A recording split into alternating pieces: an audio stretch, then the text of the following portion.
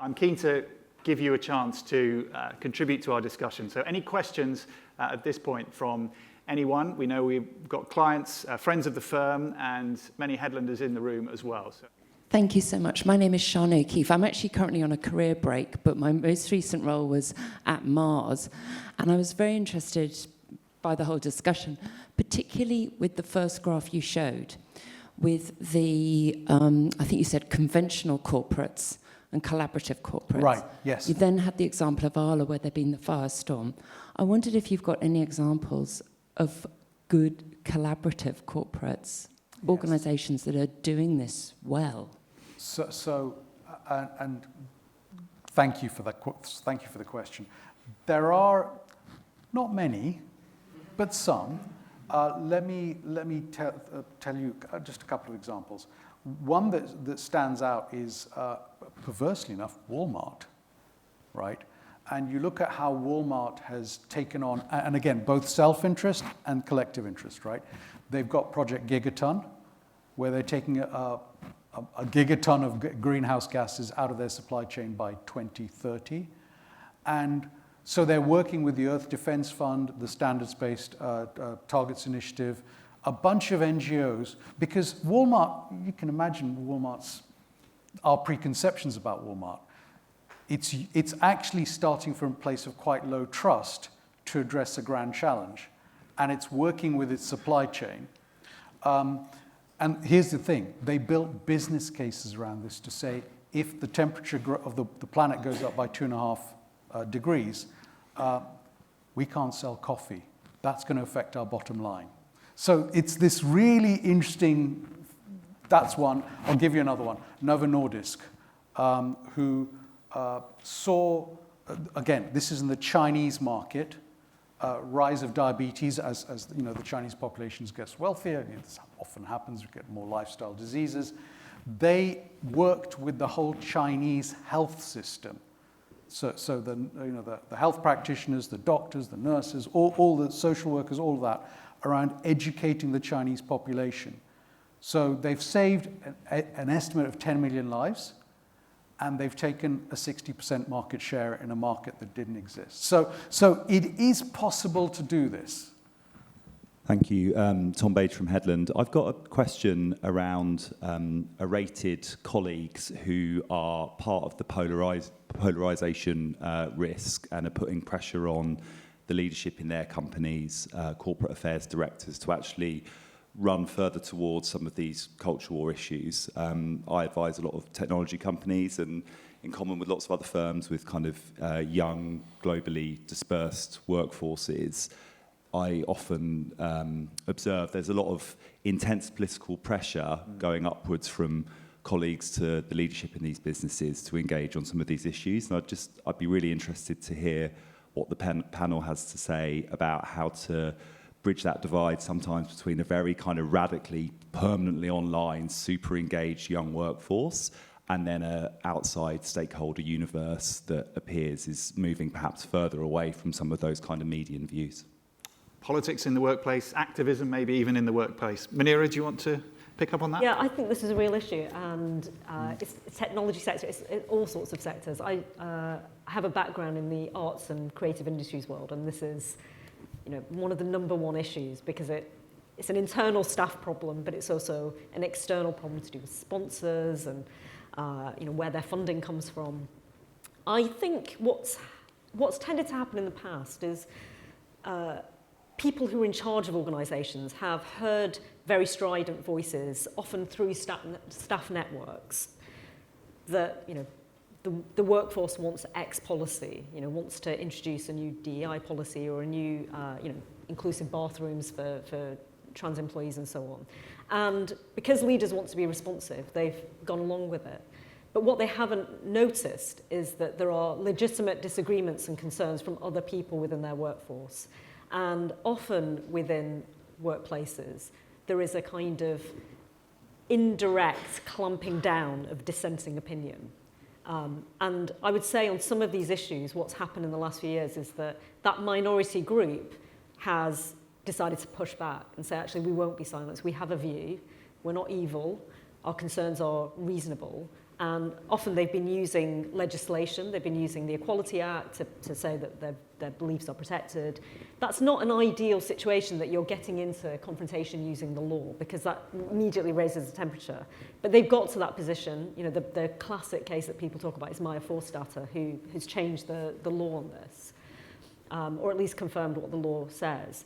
But it's made leaders of organisations think, actually, we can't just impose a view on everyone who works for us. We have to recognise that these are contested issues. And so I go back to the point that I made before about study neutrality. There are times when an organisation should say, actually, we recognise that there are different opinions. We don't necessarily want to stop people from talking about politics, in case you might be the legitimate thing to do. But we want to recognise that that disagreement is fine.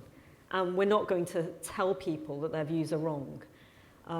And in some cases, we're going to very carefully discipline people who try and harass and bully others for their view. Now, that's getting into a whole terrain of HR, interpersonal relationships that are very, very complicated. And often CEOs just don't want to deal with that. They want to outsource it to their head of HR. But I think, in truth, they have to get more involved and they have to take a view, and they have to defend that position and say there are just times when we're going to allow people to have different views in our workplace, and we're not going to rush towards issuing a statement. I think it depends obviously on each individual case and each individual company, but I think the leaders have the authority and be grown up to say no to the most activist members of their workforce.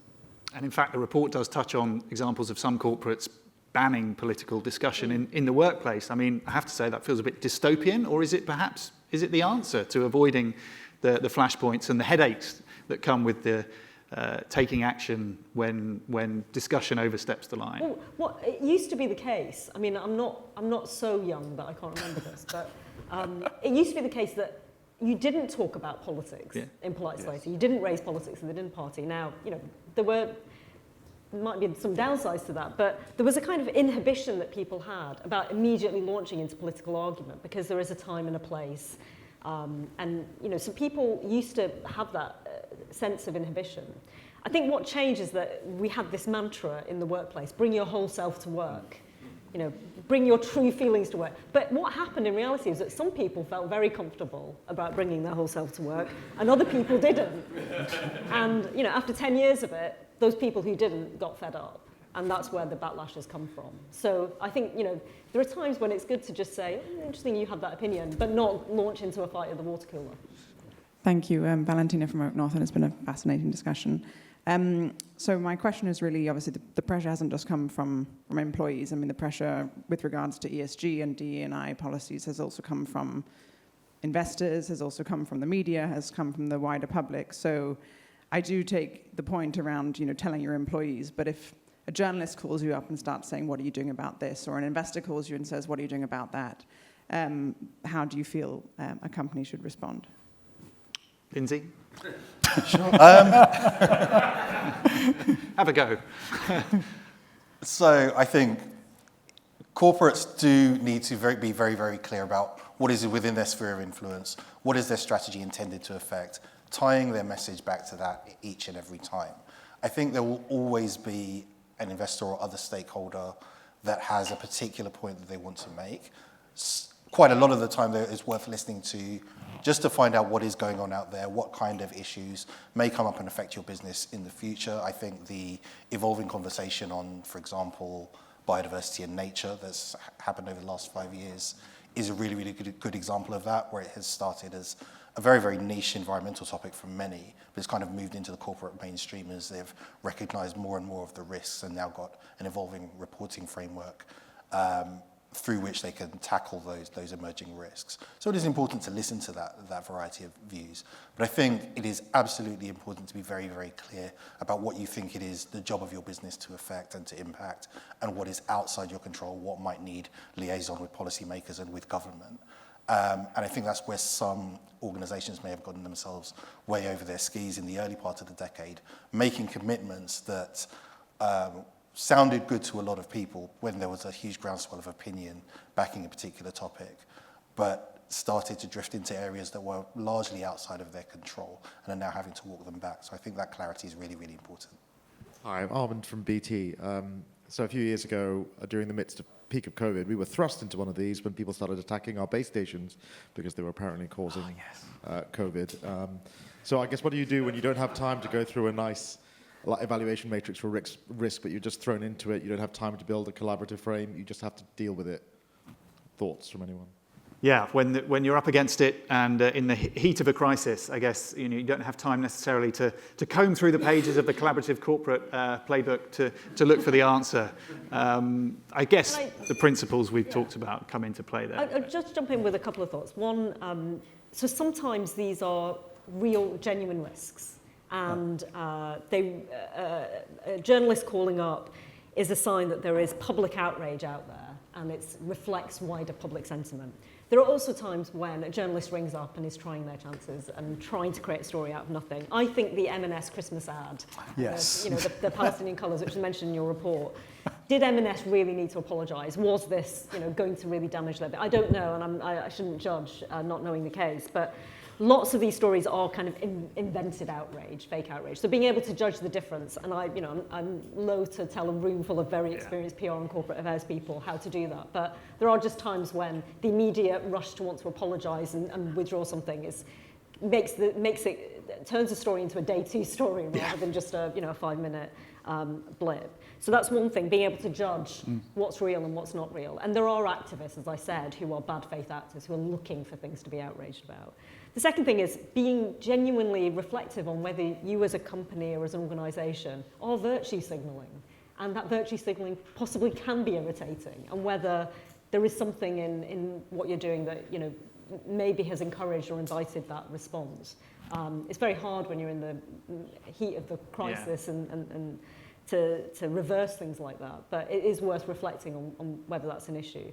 On misinformation in particular, which is, I think, is a slightly different problem, and it does go to this point about trust that Kamal mentioned. I do think there are times when organisations, I find this particularly in the public sector, are just not great at explaining why they have done certain things. And they try and couch everything in the language of their opponents to reassure and to appease their opponents. And sometimes it is worth just being really bold and firm and saying, there's a reason why we're doing this. I think the police in this country is a very good example. The police traditionally have not been very good at defending their officers in particular actions. And they spent a lot of time talking to stakeholder groups. They've spent a lot of time saying, we're very concerned about X incident and we're going to look into it. But they don't really explain what happened and why and whether the actions were justified in that moment. And I think that contributes to a very negative perception of the police. So there are times when explaining and being confident and defending your position is really necessary. And I can't claim that it always fixes the problem, but I just think there are times when that doesn't happen enough. Okay, thank you. Some excellent closing thoughts there, Munira. We're out of time. We could talk about this all morning, all day, and indeed all week, but the outside world awaits. Thank you all for your questions, and thank you again to our panel.